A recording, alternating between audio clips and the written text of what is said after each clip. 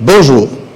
Je sais que vous êtes très nombreux à attendre cette émission annoncée depuis hier soir et ce matin par rapport à l'alliance ou les alliances politiques qui tétissent dans notre pays.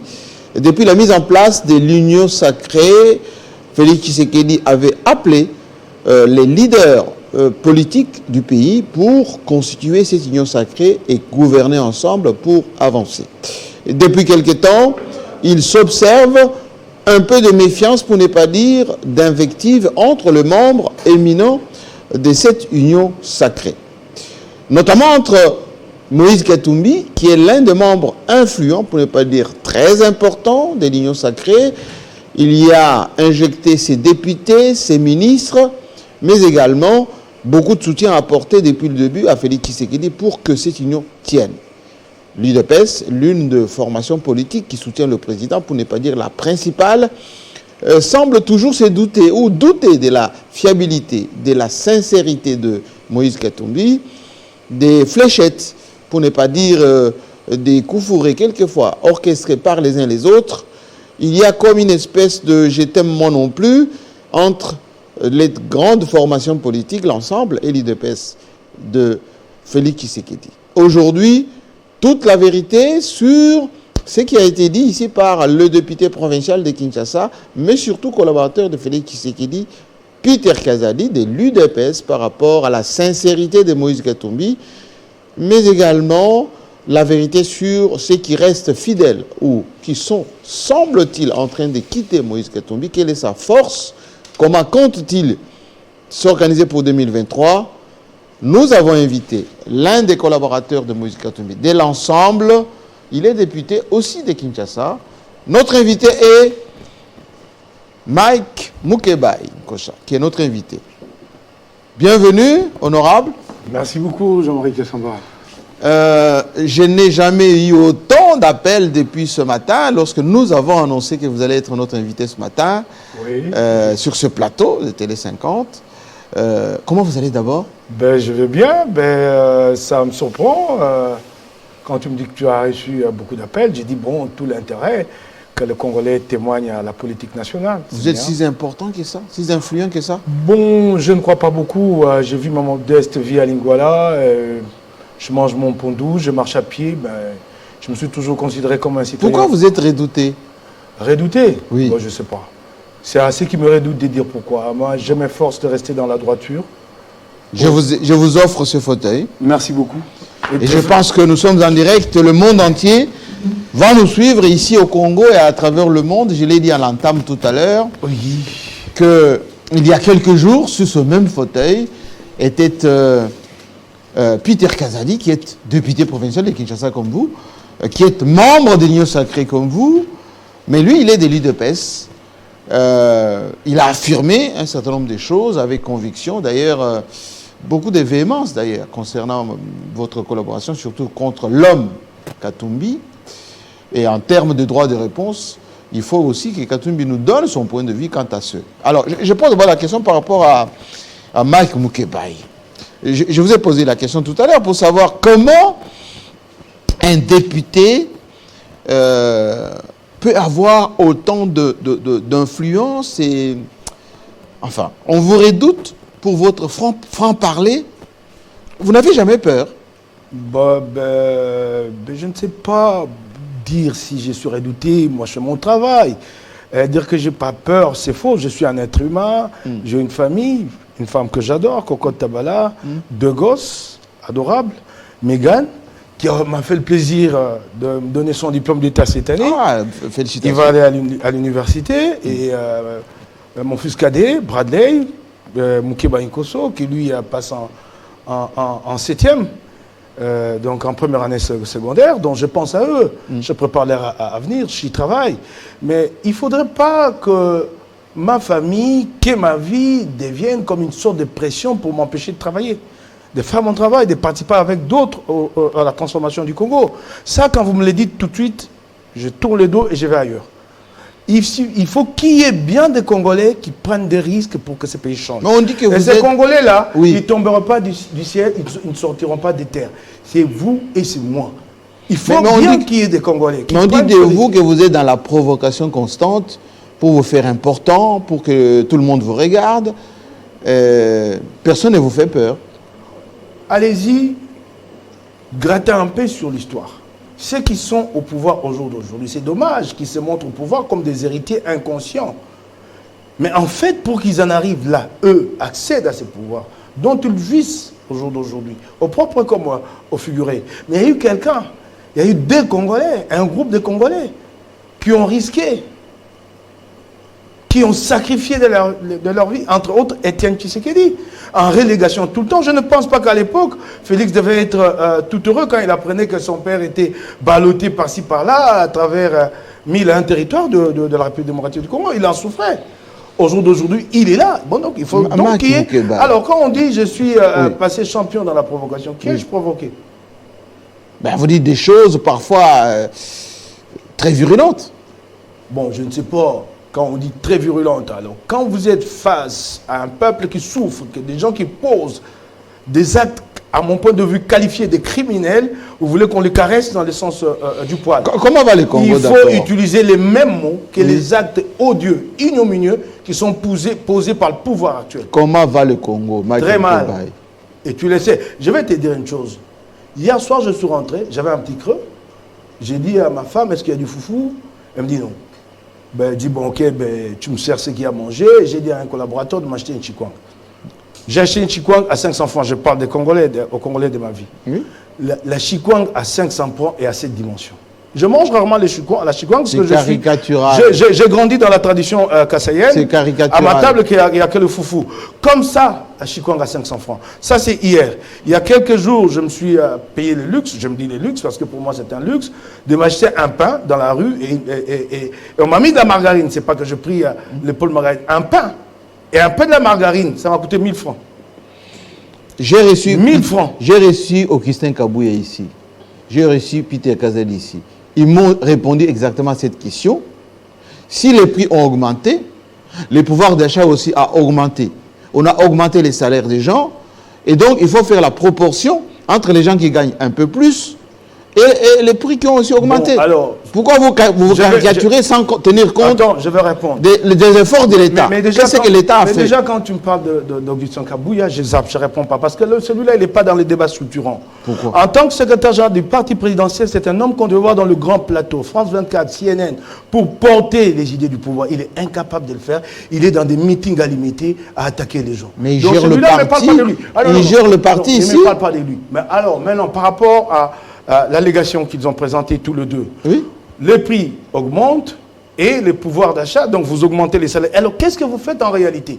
Parce qu'il faut maintenir les prix pour que l'augmentation ait de l'effet sur la vie de ceux qui travaillent, de ceux qui ont salaire. Il faut maintenir les prix. Les gens gagnent plus qu'hier. Attends, ouais. Quand ils gagnent plus qu'hier, allez maintenant comparer, mettez un peu une comparaison entre la perte de pouvoir d'achat, elle est de quel ordre? Et l'augmentation. Quelqu'un à qui vous ajoutez 100 000 francs. Et dans l'entretemps, le sac de semoule est passé depuis 2019 de 15 à 18 000 francs, au jour d'aujourd'hui à 50 55 000 francs. Donc celui qui prenait deux sacs qu'il achetait à 15 000 francs va les acheter au jour d'aujourd'hui à 110 000 francs. Mais qu'est-ce que ça vaut? Alors quand on va aller avec cette perte de pouvoir d'achat sur les pili-pili, sur les ngaï-ngaï, et en fait, ce pouvoir. Et c'est même insensé de se flatter d'avoir augmenté pendant que les gens perdent le pouvoir d'achat. Il faut stabiliser les prix sur le marché, c'est tout un combat. Donc les gens ne comprennent pas. Revenons à l'actualité, Marc. Que les deux se tiennent. Oui, revenons à l'actualité. Le président de la République a fait un discours considéré comme historique aux Nations Unies. Raté complètement? Ben écoutez, vous allez vous expliquer. Où il a parlé des 3 points essentiels. Premier point, l'état de siège a permis l'augmentation des recettes dans cette région. 2, beaucoup de groupes mafieux ont été décimés. Il a parlé de l'augmentation des recettes du budget national, 14 millions prévus cette année. 14 milliards pardon, de dollars américains. Ensuite, il a parlé de ces programmes de 145 territoires qui va décimer tout ce qui critique comme vous. Qu'est-ce que vous reprochez d'autre à Félix Tshisekedi après avoir dit ça? Il a le toupet, Félix Tshisekedi. Il dit, comme ça, pince sans rire, que nous sommes déjà lancés dans la gratuité de soins de santé. Oui, soins de santé, gratuité et l'enseignement. Les gratuités des soins de santé ont commencé depuis quand? Ici, il y a trop de proclamations. Vous savez ce que ça coûte la couverture santé universelle? Il nous faut 30 ans pour y arriver, 40 ans. 40 ans, vous dites? Je vous en prie, nous avons quel pouvoir d'achat? Qui paye? La couverture santé universelle, c'est une sorte de ristourne, des Likelemba. Il faut que chaque Congolais ait un pouvoir d'achat qui permette des économies comme une sorte d'épargne pour prendre la collectivité en charge. Et où sont les infrastructures elles-mêmes hospitalières pour entamer la couverture santé universelle? Elles sont où les infrastructures hospitalières? S'il vous plaît, soyons sérieux envers les Congolais. Ne prenons pas ce que nous avons vu à Paris, à Bruxelles pour transplanter. Ici, ça ne marche pas comme ça. Couverture santé universelle, c'est un projet fastidieux. Et, écoute, c'est aussi simple que ça. J'ai dit ça à chacun des téléspectateurs qui nous suit. Tapez sur Google. Au jour d'aujourd'hui, Google nous a donné un réservoir de connaissances. Allez-y, tapez, vous verrez ce que ça signifie couverture santé universelle. Et il est dit. Donc, ce n'est pas effectif tout chez nous. Tout au but. Ça a commencé où? Dis-le-moi, toi, tu es journaliste, tu peux m'informer. Donc, ça voudrait dire que là, déjà, c'est faux. 145 territoires, je l'ai dit ici. Quand nous sommes allés au colloque d'imprégnation des députés provinciaux sur les 145 territoires, un colloque qui a coûté beaucoup d'argent pendant que le projet lui-même n'a pas encore commencé. Ce colloque a coûté quelques millions de dollars. Les billets d'avion des députés, hébergement, restauration, collation. Moi, je crois avoir touché, 3 500 000 francs congolais à ces colloques-là. Et ça n'a pas commencé, 145 territoires? Non, attends. Ça n'a jamais commencé. Tu as vu ça où? Mais le Premier ministre a lancé ça. Non. Attendez, les 145 territoires demandaient... Le BCQ est en train de travailler. Les 145 territoires demandaient 1,6 milliard quelques millions. Dont une partie donnée par la Banque mondiale. Pardon, ils ont réuni ça quand? Ces fonds-là? Ils l'ont réuni quand? Ces fonds, ils ont réuni ces fonds-là quand? 1,6 milliard, 500 millions qui étaient attendus, 1,3 milliard si je ne m'abuse. Oui. 500 millions qui étaient attendus de la Banque mondiale, de quoi? Des tests, des droits de tirage spéciaux. Vous avez un projet comme ça, vous le reposez sur des sources de revenus aléatoires, comme des tirages spéciaux, qui dépendent, la hauteur dépend de la discrétion de la Banque mondiale, et avec la crise internationale, ce n'est pas évident. Ces droits de tirage, là, nous avons déjà reçu cette année. Nous avons mobilisé. Laisse-moi y aller. Les agences de... Je t'ai dit, attends. Les régies financières mobilisent, la DG mobilise. Laisse-moi y aller. Oui? Il y avait 3 sources. 3 provenances d'infos. Les DTS, ça n'a pas marché avec les DTS. Et 300 à peu près millions de dollars qu'on attendait. Je n'ai jamais compris ça. Des partenaires. Lesquels partenaires? Pas définis. Et à l'époque, il n'y avait même pas de discussion engagée avec ces partenaires. Donc, ça a foiré. Et puis, il y avait le gouvernement lui-même qui devait mobiliser 300 millions. Ce n'est pas venu. Donc, le programme, lui, n'a jamais décollé. Mais dans l'entretemps, il y a eu beaucoup de publicité à la télé. Beaucoup de l'argent dépensé. Il y a eu le colloque qui a réuni plus de 700 députés provinciaux. Tout ce qui a été de bénéfique à ces colloques pour les députés, c'est qu'on leur a promis des véhicules. On leur a promis de l'entretien que nous appelons Tortue Ninja, don de Koweït pour céder l'arrière-pays, et de Kinshasa, la palissade, et les discussions se poursuivent jusqu'à ce jour. J'ai écrit lui une lettre quelque part. Vous n'allez pas prendre cette voiture-là. Laisse-moi, comme quoi, oui, que le directeur de cabinet a écrit au ministre des Finances et du Budget pour examiner la possibilité d'octroyer des véhicules à plus de 700. Après le scandale des palissades, ça ne suffit pas. Les 21 000 $, ça ne suffit pas aux députés nationaux. Maintenant, les véhicules aux députés provinciaux, pendant que ces députés provinciaux, surtout ceux de l'arrière-pays, moi-même qui suis là, je ne suis pas payé depuis 3 mois, moi qui suis devant toi. Mais ceux de l'arrière-pays, ils sont à 12, 14 mois, plutôt que d'appuyer leur arriéré, ce qui est leur droit, non, on va à un autre sujet, des véhicules à leur accorder. 700 véhicules, oui, s'il te plaît, oui, 700 véhicules, Land Cruiser et palissade, ça va faire combien de millions de dollars? 30, 40 millions de dollars. Parce qu'en fait, les régimes, ils reposent sur la corruption. Il faut entretenir. Parce qu'il est issu de la corruption, le régime. Et ça, j'ai participé à cette corruption. J'assume, nous avons fait... Nous avons fait un basculement de la majorité frauduleux, illégal. Je l'assume historiquement. Nous l'avons fait, puisqu'à l'époque, Félix nous avait dit que le bien suprême, que l'intérêt suprême était la loi.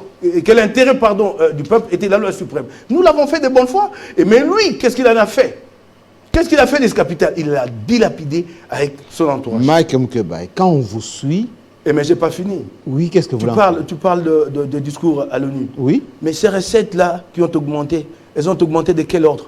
Donc l'état de siège a été établi, décrété pour obtenir l'augmentation des recettes. En temps normal, en temps normal, nous ne pouvions pas y arriver. Ça c'est de 1.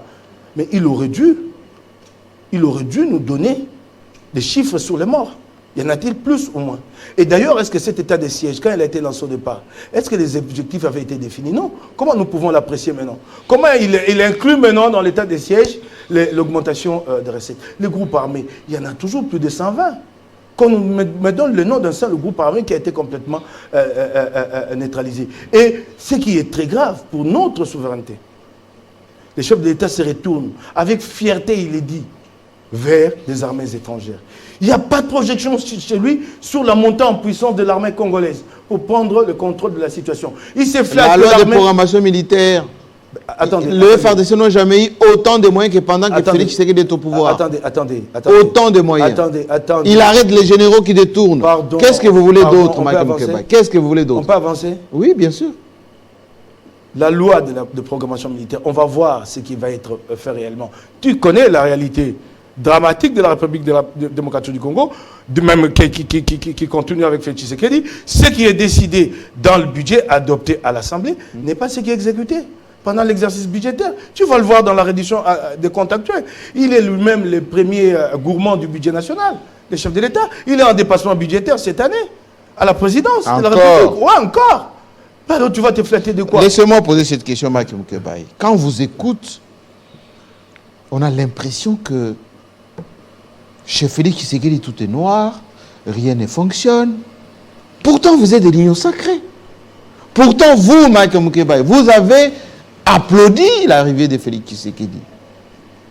Vous êtes avec Moïse Katumbi qui est des lignons sacrés. On en parlera tout à l'heure avec ce que Peter Kazali a dit ici. C'est que vous n'avez jamais été sincère avec Félix Tshisekedi.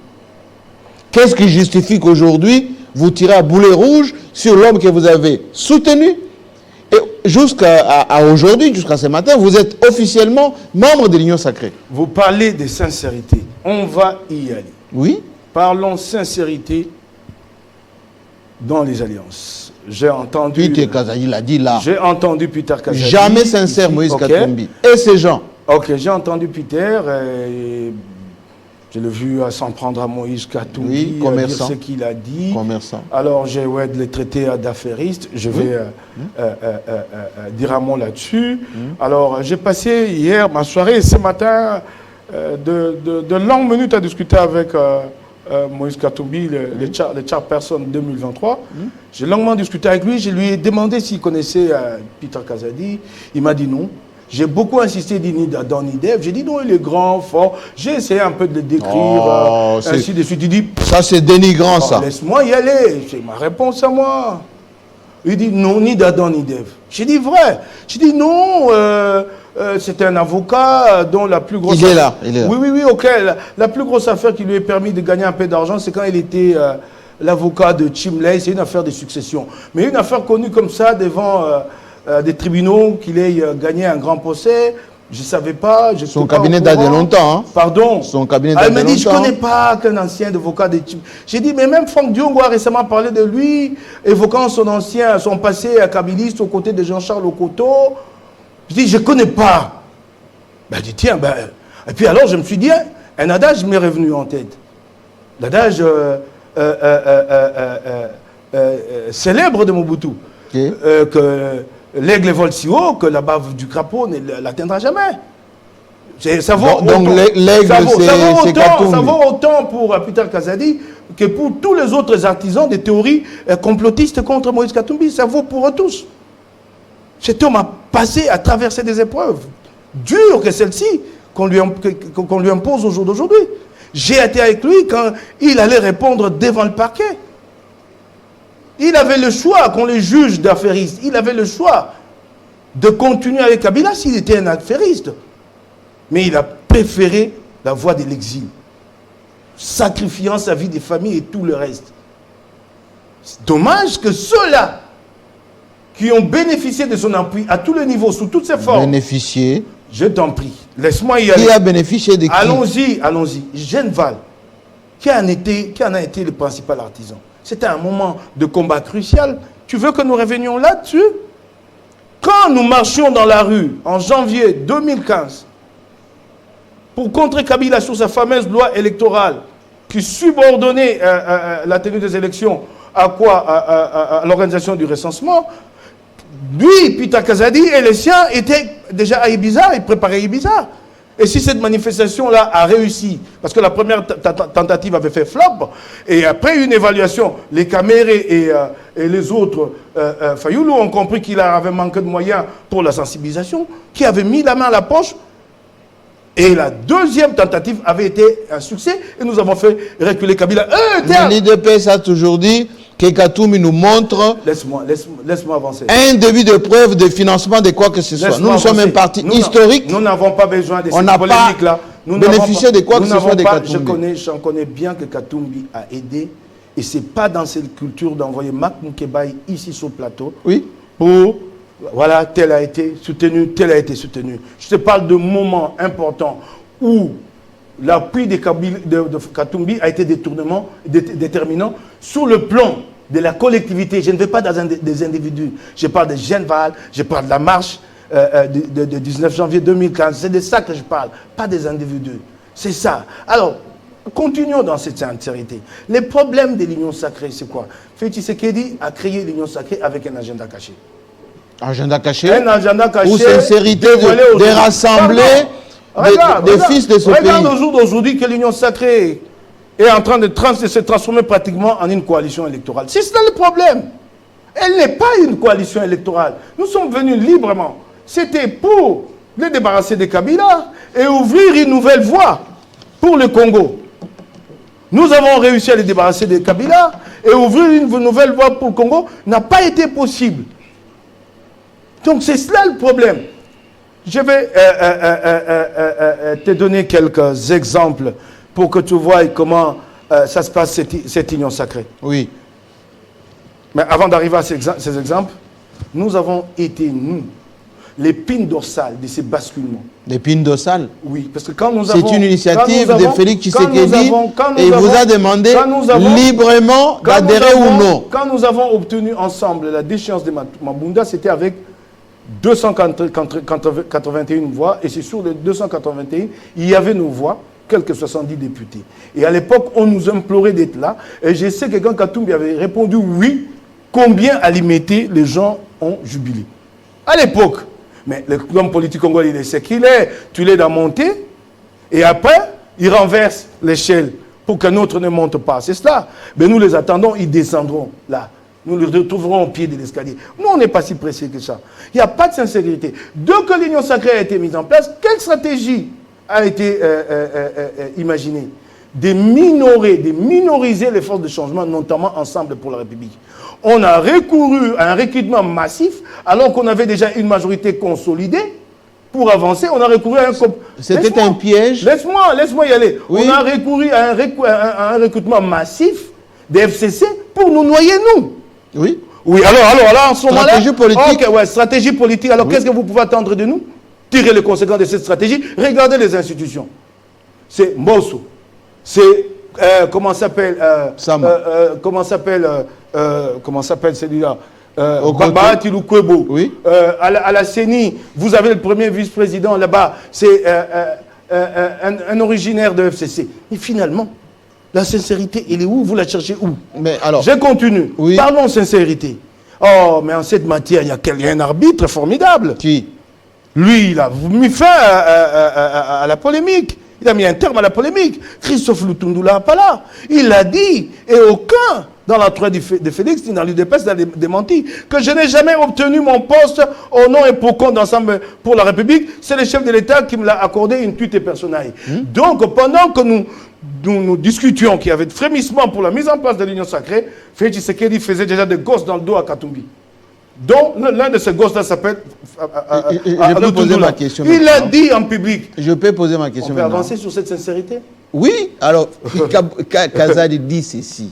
Dès le début, Katumbi n'a jamais été sincère avec nous. On décide quelque chose, il nous fait des choses dans le dos.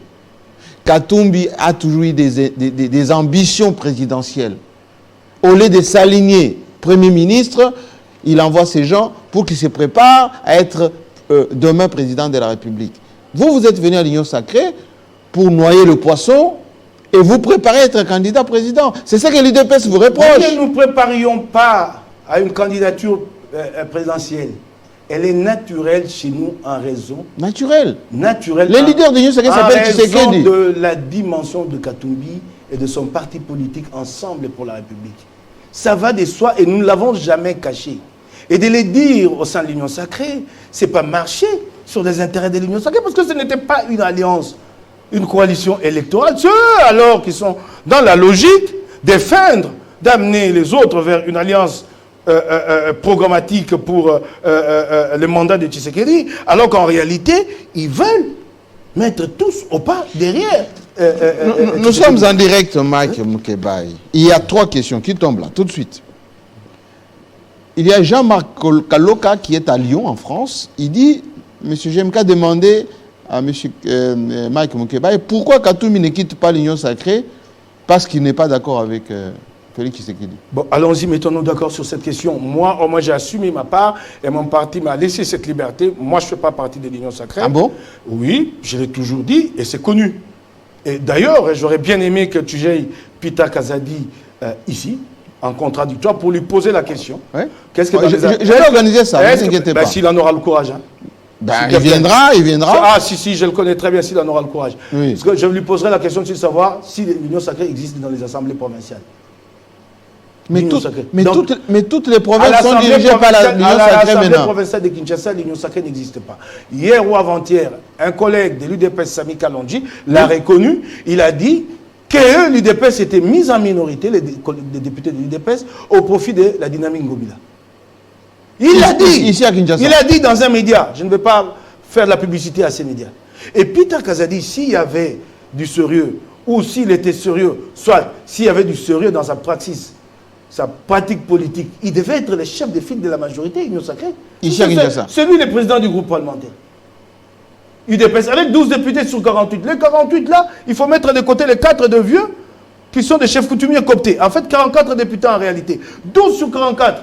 Et nous sommes dans l'Union Sacrée et vous vous plaignez. Lui-même l'a dit, Peter Kassadi, je l'ai déjà suivi.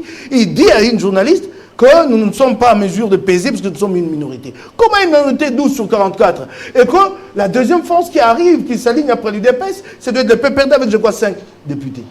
Donc voilà la réalité. Alors, Léonard Mukendi vous pose... Laisse-moi avancer. Oui. Lui, il pose la question. Oui. Katumbi... Pourquoi vous ne quittez pas? Katumbi a décliné son credo. Il est clair.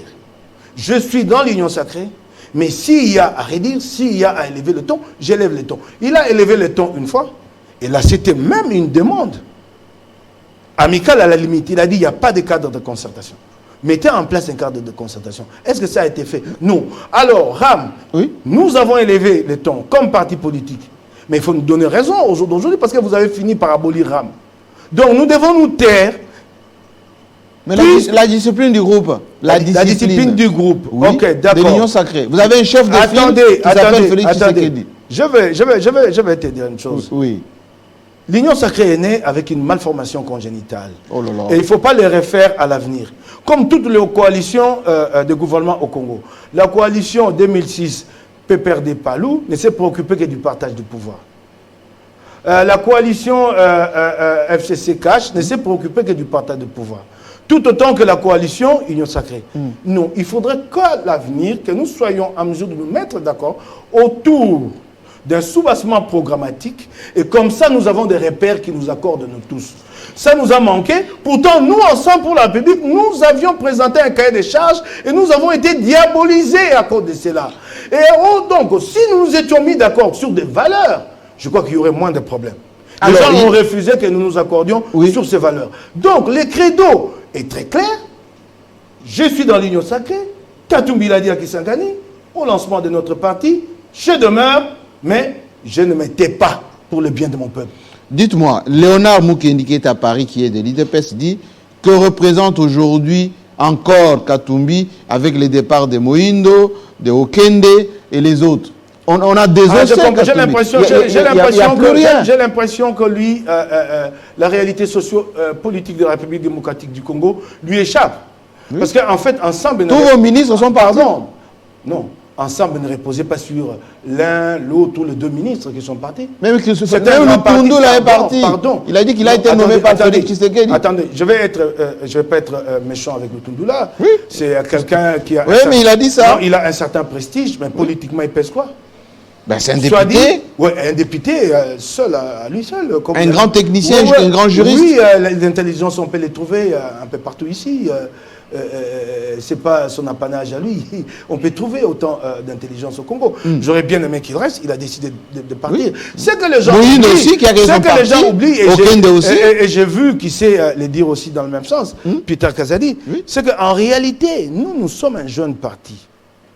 Ce qui a fonctionné, qui a amené la mise en place de l'Union sacrée, c'est Ensemble pour le changement. Nous sommes Ensemble pour la République.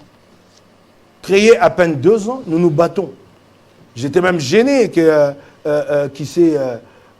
Peter Kazadi tente de nous comparer à eux. Ils sont un parti historique, je leur concède. Nous avons à peine 2 ans, mais ce que nous faisons déjà sur le terrain est énorme. Et vous allez nous juger à partir des prochaines élections. Mais regardez déjà les sièges à Lubumbashi, ici à Kinshasa. Nos fédérations à Kinshasa, toutes les 4 ont des sièges actifs qui marchent. Et je l'ai entendu parler de conviction. Oui. Il a dit que c'est un parti créé sur fond de billets verts. Oui. Il ne connaît pas alors l'historique d'Ensemble pour la République. Ensemble, non. On dit Katumbi achète tout. Non. Ensemble les gens veulent chez Katumbi parce qu'il y a l'argent. Ensemble pour la République est parti d'un élan d'équipe de Pierre Lumbi. Avec les G7, la révolte contre Kabila, face à l'initiative d'une éventuelle modification constitutionnelle, et nous avons évolué jusqu'à Ensemble pour le changement, et Ensemble pour le changement, c'est muet Ensemble pour la République. Une évolution socio-historique claire de gens qui croient en une idée, qui partent d'ici et qui vont là-bas, et ce n'est pas tous qui nous ont suivis d'Ensemble pour la République. Par exemple, Délice Sanga n'a pas adhéré. Oui. Claude Loubaya, les deux là, pour qui j'ai beaucoup de considération, c'est des députés nationaux. Ils n'ont pas adhéré. Il y a une évolution qu'il ne connaît pas lui. Alors, mais puisqu'il parle de conviction, lui, Peter Kazadi, je vais maintenant le prendre là-dessus, sur la conviction. Un jour, il est monté sur la tribune, il y avait une grande bataille à l'Assemblée, il est monté à la tribune. Nous tentions de faire passer une motion contre Godin Poy. Lui, il est monté. Quand il est monté, tu sais ce que les autres députés criaient contre lui? Non. Parce qu'il voulait se faire passer pour le donneur de leçons. On disait 0 sur 12, 0 sur 12. Et il faisait comme ça, comme s'il ne s'entendait pas.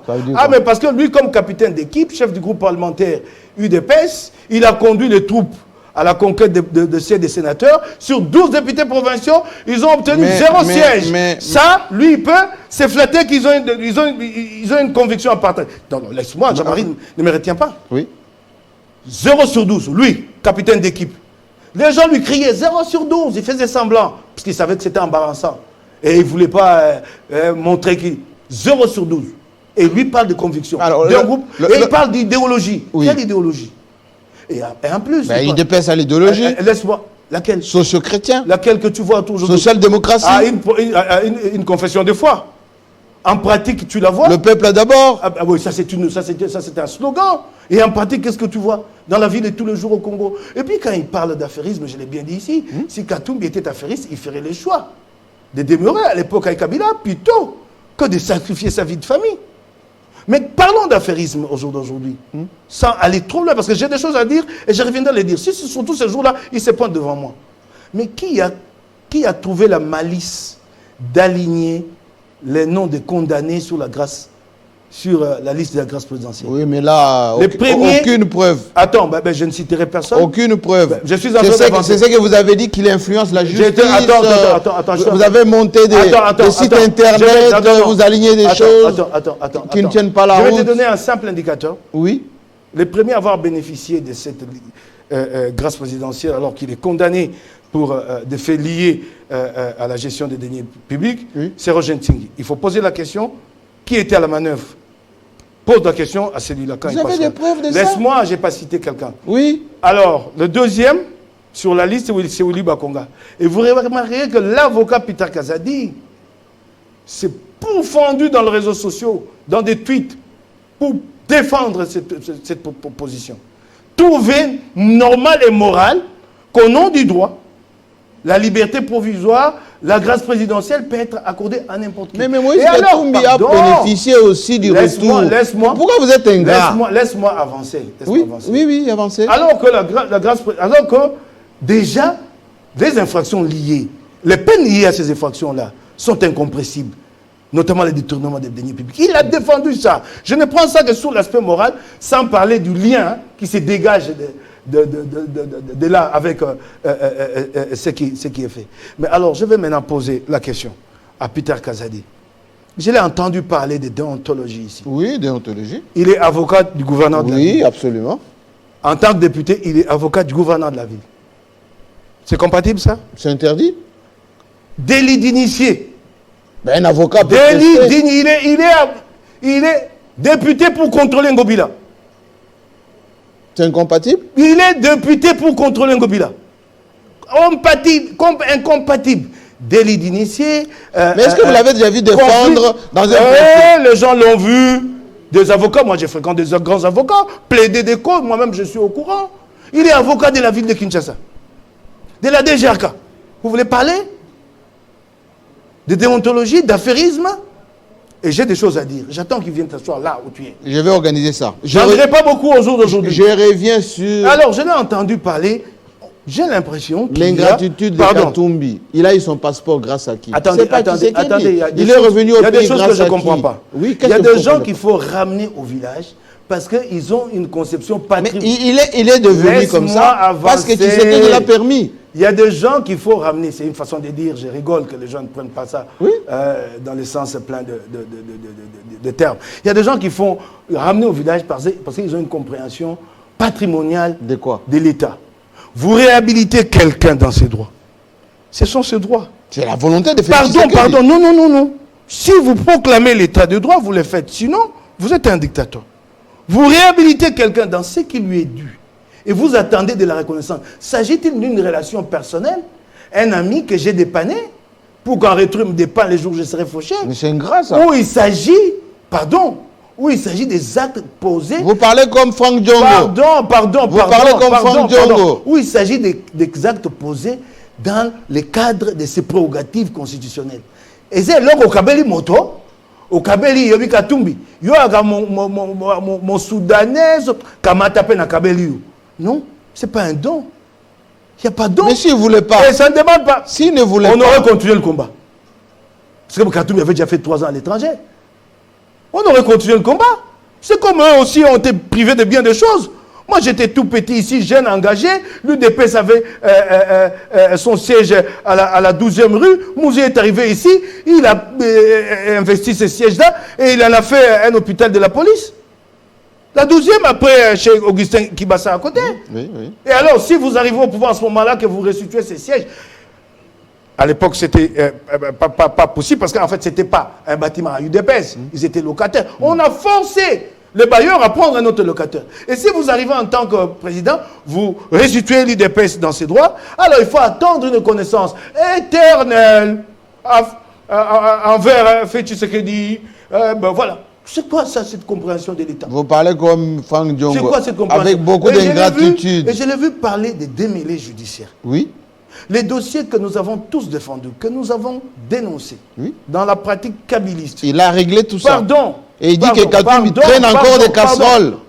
Il traîne encore des casseroles. Si on réveille ça, c'est un homme mort. Non. C'est chantage. C'est un homme mort. Pardon, nous n'en avons rien à faire. Ici, on nous a longtemps agité la GECAMIN comme un épouvantail. Que quand on ira compulser les comptes de la GECAMIN, Katumbi ne s'en remettra pas. Il y a eu des résultats sur l'audit de la GECAMIN. Tu sais, le premier qui a eu peur de la publication de ces résultats? Non. Tu sais c'est qui? Non. Sama Lukonde. Il dit donc il faut que je jette un coup d'œil. Parce qu'il avait peur, parce qu'il est passé par là. Ah ben si, c'est... Et ils ont pris du temps pour publier ces résultats-là. Et ils n'ont jamais d'ailleurs publié. Pourquoi? Nous, on ne répond pas à ces chantages. Non, on ne répond pas à ces chantages. Écoute. Alors, je viens. C'est que nous avons défendu ensemble un jour. Et c'est cela, eux. Ils n'ont pas de ligne. Et on sait que le régime de l'époque avait comme ça instrumentalisé la justice. Et eux-mêmes l'ont dénoncé. Et non, il vient ici, il dit qu'il avait des dossiers de démêlés judiciaires qu'il a mis sur le dos de Kabila et qu'il cherche à mettre sur le dos de Tshisekedi. Quoi ça? L'affaire Beveragi, puisqu'on en parle. Oui. L'affaire Beveragi a été jugée pas au Congo, à Paris. On dit Katumbi Pardon, a spolié les biens de Beveragi. Non, Jean-Marie, pardon. Il vient de perdre. Non, Jean-Marie, pardon. Il faut qu'il rende tout à Beveragi.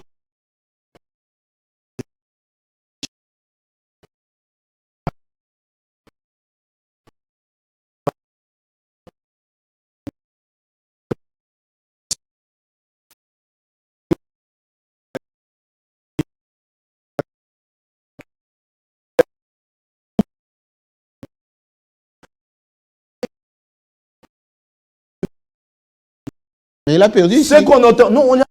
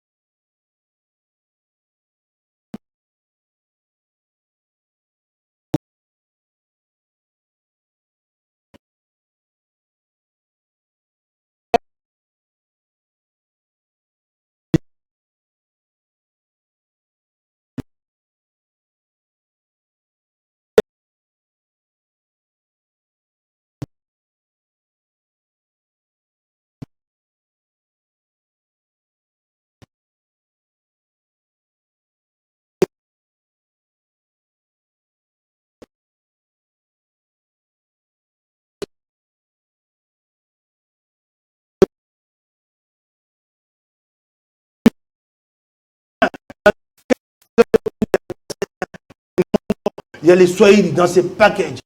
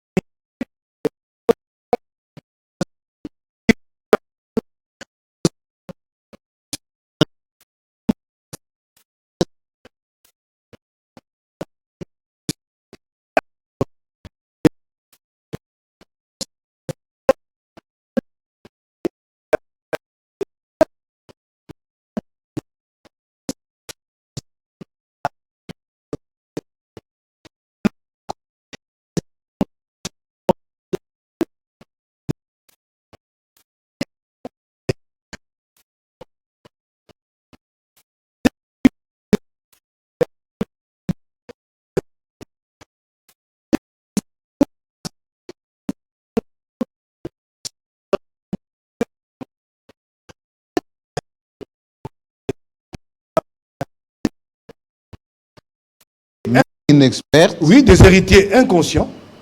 Et voilà ce qui arrive. Le pays c'est la puissance de il faut l'institution signature de convention des la lutte des les nous avons ici à ces sujets. Elle ne reçoit aucun fonds. Pourtant, cette commission, c'est elle qui doit être le cheval. C'est elle qui doit mener le combat pour obtenir la levée de l'embargo. Le dernier débat au sommet à New York, la commission devait faire le déplacement avec 15 délégués. Finalement, il n'y a eu que 2 qui ont fait le déplacement avec leurs propres moyens, faute d'argent. Et pendant qu'on a sorti 580 000 dollars ici pour soutenir le concert d'Abu Dhabi avec le Winging. Il y a tout ça. Merci Mike Moukebaye. On comprend qu'il y a de la conviction. Voilà. Et surtout qu'il n'y a pas les 0 sur 12. Hein? Non, vous revenez encore. Allez, Maître Peter Kazadi, l'invitation vous est lancée. Je vais organiser ici un débat. Ben voilà. Mike Moukebaye, Peter Kazadi, chacun va avancer. Voilà. Ces arguments, au-delà des 0 sur 12, je ne savais pas, je ne sais pas quoi. Et voilà. Et c'est même comme ça qu'on les surnomme en coulisses. Oh. Merci beaucoup. L'émission sera rediffusée autant de fois et déjà en ligne. S'il y a effectivement d'autres éléments d'appréciation, vous êtes les bienvenus. Merci, honorable. C'est à moi de remercier Jean-Marie Kassamba, surtout son professionnalisme. Merci. Et le à très bientôt et je vous libère. Merci beaucoup. Partir. Merci beaucoup. À vous. Merci de l'attention et surtout, le plateau est ouvert à chaque fois que c'est nécessaire. À très bientôt.